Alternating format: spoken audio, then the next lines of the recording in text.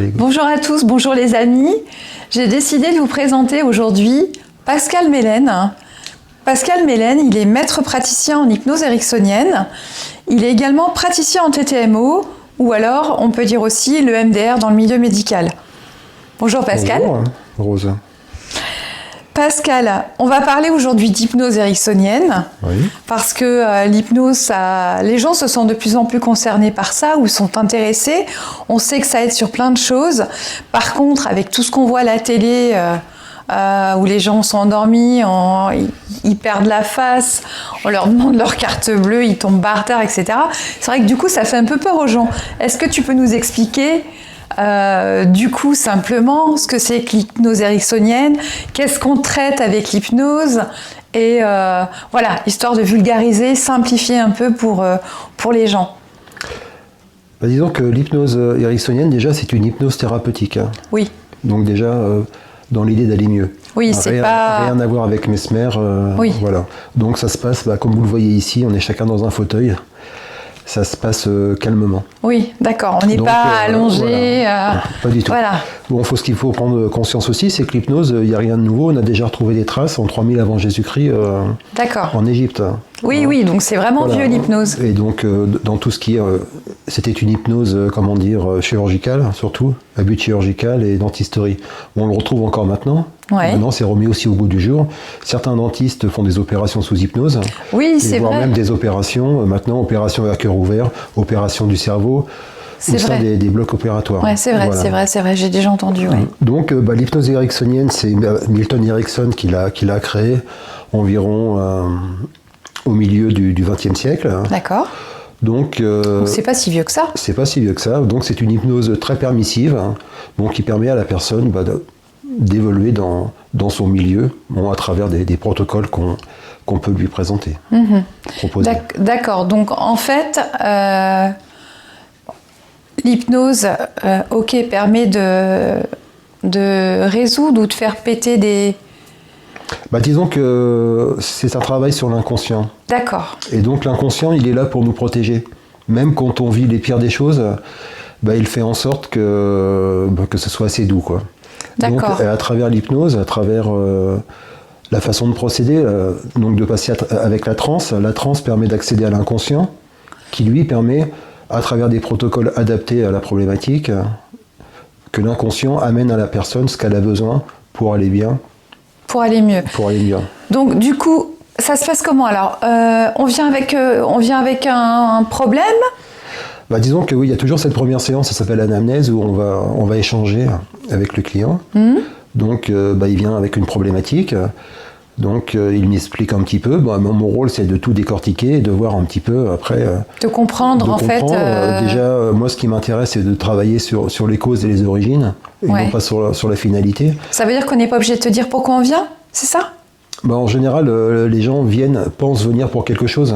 Mais et puis en fait, il s'agit d'autre chose. Ils viennent pour une finalité. D'accord. Moi, ce qui m'intéresse, mon travail consiste à travailler sur toutes les choses qui se sont mises en place, justement, par rapport à cette finalité. Comment s'est construit, en fait, la personne pour en arriver là, ce blocage. Comment s'est construit le problème. Ouais, d'accord, ok, j'ai compris. Ok, et donc ensuite, une séance d'hypnose, ça se passe comment alors ? Donc, c'est pas la première séance où tu fais ça là ? Non, c'est la deuxième séance où je fais ça, oui. On est dans un fauteuil, l'un en face de l'autre. D'accord. Et donc, il y a une première partie, ça s'appelle l'induction. Donc, je parle à la personne pour la détendre. Ma façon de travailler, je travaille avec des protocoles. Donc, je demande à la personne de faire quelque chose, de visualiser quelque chose. Donc, j'ai besoin de savoir où elle en est. Donc, on induit un signaling au niveau des doigts. Et après, il y a l'approfondissement. Donc, l'approfondissement, je continue à lui parler des choses un peu abracadabrantes pour noyer le conscient. D'accord, ok. Pour après démarrer le plateau thérapeutique. Le travail avec l'inconscient. Voilà, le travail avec l'inconscient, oui. D'accord, ok, très bien. Et donc les gens restent conscients. Tu peux pas leur demander leur numéro de carte bleue. Non, les gens sont les gens sont en état modifié de conscience. D'accord. C'est-à-dire que grossièrement, on peut dire qu'ils ils dorment, mais il y a une partie d'eux qui m'écoute justement pour faire ce travail. D'accord, qui est toujours conscient. Donc on ne dort pas complètement profondément et on n'est pas... non, bien sûr que non. D'accord, d'accord. Mais c'est important de le savoir quand même. Hein. Parce que c'est souvent ça qui fait quand même peur aux gens. Oui, c'est souvent ce qui fait peur, oui. On est d'accord. Voilà. Ok, très bien. Je vois aussi, donc tu fais du TTMO. C'est ça, oui, c'est le traitement des traumatismes par les mouvements oculaires, hein, aussi appelé plus communément EMDR. Dans le milieu médical, on connaît bien le EMDR, oui. Oui, donc c'est des choses que je détermine au moment de l'anamnèse. D'accord. Où faut voir si la personne, c'est au niveau des perceptions qu'il faut travailler avec l'hypnose, ou alors vraiment s'il y a un traumatisme, on commence par traiter le traumatisme. D'accord. Voilà. Donc même si la personne vient te voir pour de l'hypnose et que finalement tu détectes qu'il y a un traumatisme, tu vas d'abord lui proposer de traiter le traumatisme. Tout à fait, oui. Avant de pouvoir faire les petits réglages ou, disons que comme tu dis... dans ma façon de travailler, il est préférable de casser tout ce qui est traumatisme. D'accord. Souvent, parce qu'une personne vient, mais il n'y a pas qu'un traumatisme. Ouais. Ce sont des choses qui sont liées les unes avec les autres. Donc il faut déjà tout mettre à plat pour qu'après, en quelque sorte, faire les réglages en hypnose, s'il y a lieu. D'accord. Donc, les traumatismes. Alors, qu'est-ce que tu mets derrière traumatisme ? Traumatisme, c'est tout ce que les gens appellent phobie déjà. Oui, d'accord. Les phobies, les peurs. Voilà, les phobies, les peurs, tout ce qui est anxiété, voilà.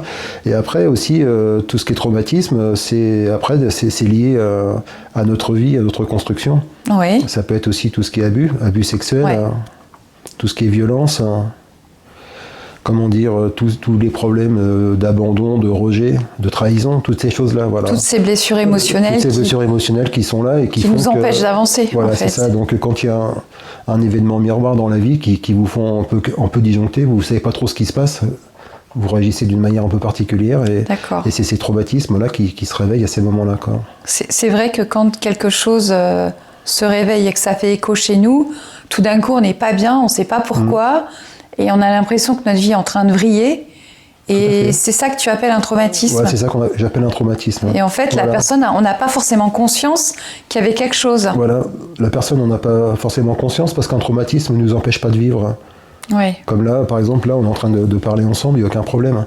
Mais s'il y avait vraiment quelque chose qui pouvait ressembler, ça peut être un son, une odeur, une parole, et la personne se sent mal à un moment.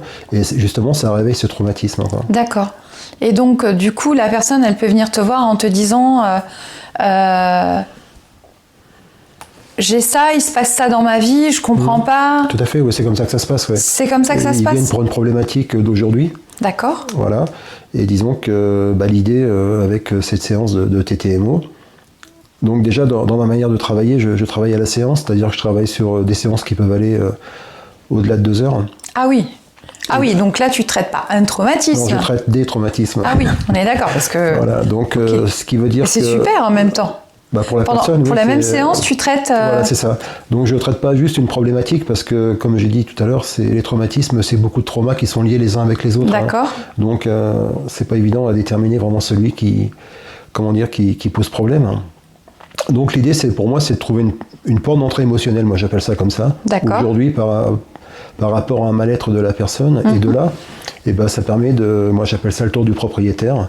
La personne, au cours de la séance, fait le tour de tous les traumas qui reviennent, qui remontent à la surface. Tous les traumas que l'inconscient veut bien amener. D'accord, ok.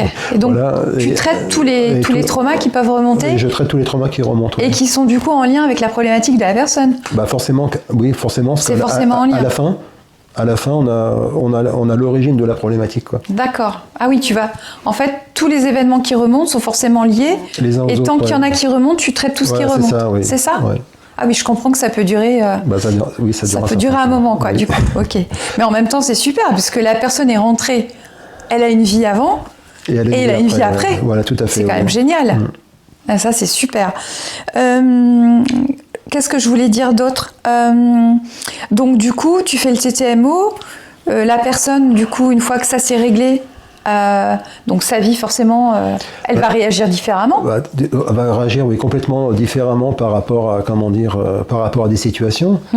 Bon, en général, il y a toujours une notion, après, de travailler un petit peu en hypnose sur de la confiance ou de l'estime. D'accord. Bon, puis après, moi, je leur demande d'expérimenter leur nouvelle vie, au moins sur 3 semaines, 1 mois. voir simplement comment ils réagissent à ce qui leur arrive, parce qu'il faut aussi voir que le conscient, lui, le conscient, il est resté sur le avant, avec ses peurs, et par contre l'inconscient, il y a des choses qui ont été réglées, donc en quelque sorte, faut s'apprivoiser, en quelque sorte. Il faut se réapprivoiser. Il faut se réapprivoiser pour voir un petit peu ce que ça donne, et après de travailler les points qui ont besoin d'être travaillés, simplement. Ouais, c'est vrai que moi j'ai déjà testé le MDR, c'est génial. Enfin moi à l'époque c'était de l'EMDR, j'ai aussi testé le TTMO, et c'est vrai que c'est formidable. Ça change tellement la vie. Ah, ça change la vie, oui. Ah ouais, ça change tellement la vie, c'est impressionnant. J'ai pas d'autres mots. Il faut vraiment tester, je crois, pour se faire réellement une idée de ce que c'est, quoi. On peut nous le dire, ça paraît incroyable, on se dirait c'est pas possible. Et en fait, si. Si, c'est possible. Et si, c'est possible, c'est génial. Pascal, donc hypnose ericksonienne, TTMO, hypnose ericksonienne, enfin l'un va avec l'autre, avec ou sans, en fonction des problématiques. S'il y a du trauma, forcément c'est du TTMO. C'est forcément du TTMO, j'ai bien compris. Donc sur ta carte, tu nous expliques, je vous mettrai la carte aussi sur la vidéo. Donc tu nous parles un petit peu de ce que tu as l'habitude de faire en séance. Donc confiance, estime de soi, tu l'as dit tout à l'heure. Se libérer d'un pervers narcissique, c'est vrai qu'on entend de plus en plus parler de ça. Oui, c'est comme le gros des séances, oui, tout à fait, oui. Tu as beaucoup de personnes qui viennent te voir pour ça ? Tout à fait, oui, j'en ai pas mal, oui. D'accord. Et du coup, tu peux nous dire sur quoi tu travailles ou ça dépend des personnes ? Après, ça dépend beaucoup de l'histoire de la personne. D'accord. Après, ce que la personne a vécu avec ce pervers narcissique, Après, on a tous notre histoire. Oui, c'est vrai. Et même quand les histoires semblent similaires, les émotions qui sont attachées aux histoires sont complètement différentes. Ouais. D'accord. Je vois aussi se libérer des croyances limitantes du transgénérationnel. Oui. Kezako ? Disons que dans certaines séances, les gens ont acheté moi j'appelle ça acheter une croyance, quoi. Une vieille croyance familiale. Oui, d'accord. Qui les empêche d'avancer. C'est comme ça dans la famille. Voilà, c'est comme ça. Bon, quand je dis transgénérationnel, ça représente la famille, les parents, les grands-parents, les arrière-grands-parents et toutes les histoires qui peuvent être liées à ça, quoi. D'accord. Se libérer des phobies, t'en as parlé, des peurs, se libérer d'addiction. Sucre, chocolat, là. Voilà. Bon, après, c'est un choix. Oui, c'est un choix. Mais c'est-à-dire que, une fois... Donc ça, se libérer d'addiction, tu le fais comment ? En hypnose ? Oui, je le fais en hypnose. D'accord. Tout à fait, oui. Et après, et ça marche ? Disons que ce que je fais, ça marche ou ça marche pas.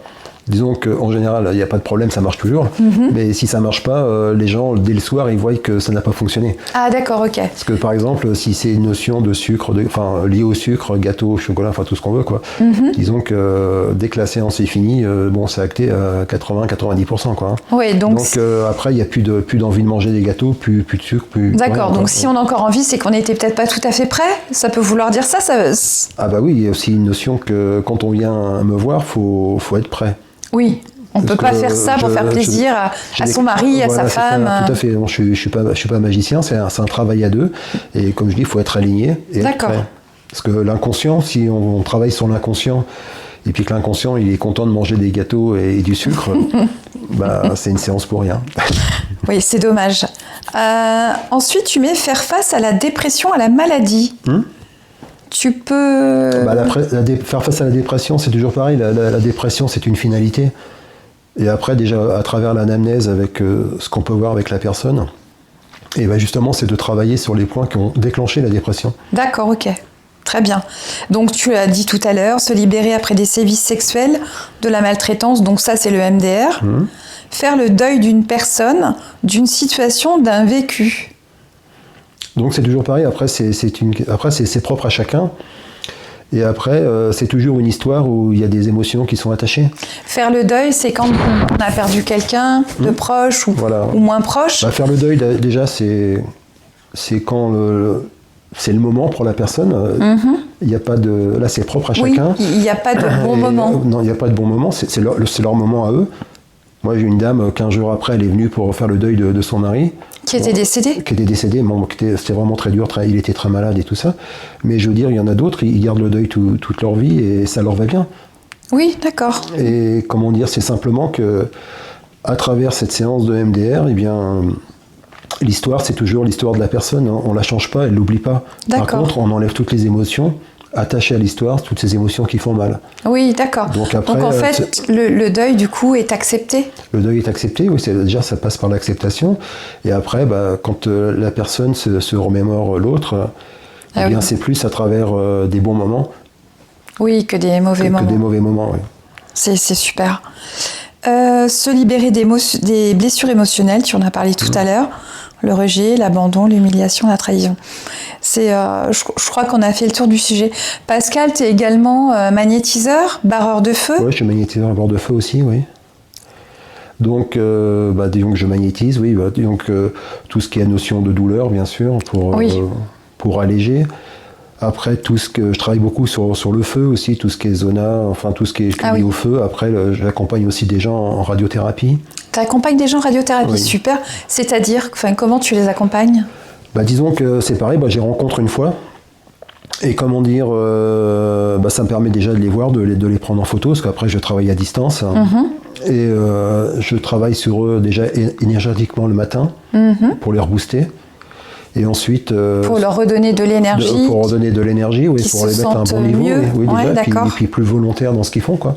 C'est mieux. Et ensuite, suivant le planning qu'ils ont en radiothérapie, je leur enlève le feu dès qu'ils sortent. Ils m'envoient un petit SMS et j'enlève le feu quand ils ressortent. Ouais. D'accord. Et du coup, qu'est-ce que ça permet, le fait de faire des séances de magnétisme avant et après les séances ? Disons que l'avantage, ça permet que déjà au niveau de la peau, au niveau de la cicatrisation, il y en a qui le supportent très mal, ils sont tout marrons, presque tout noirs après les séances. Et ça évite ça ? Ça évite ça, oui. D'accord. C'est bien. Ok. Eh bien, écoute, je pense qu'on a fait le tour, Pascal. Voilà. Merci beaucoup. J'espère que vous aurez moins peur maintenant de l'hypnose ericksonienne. Et puis, allez tester le TTMO si vous avez besoin, le MDR dans le milieu médical, si vous avez besoin de vous libérer de traumatisme, n'hésitez pas, Pascal. Merci encore, merci beaucoup. Les Brèves de Rose te remercient. Et à bientôt. Et à bientôt. Voilà. À bientôt.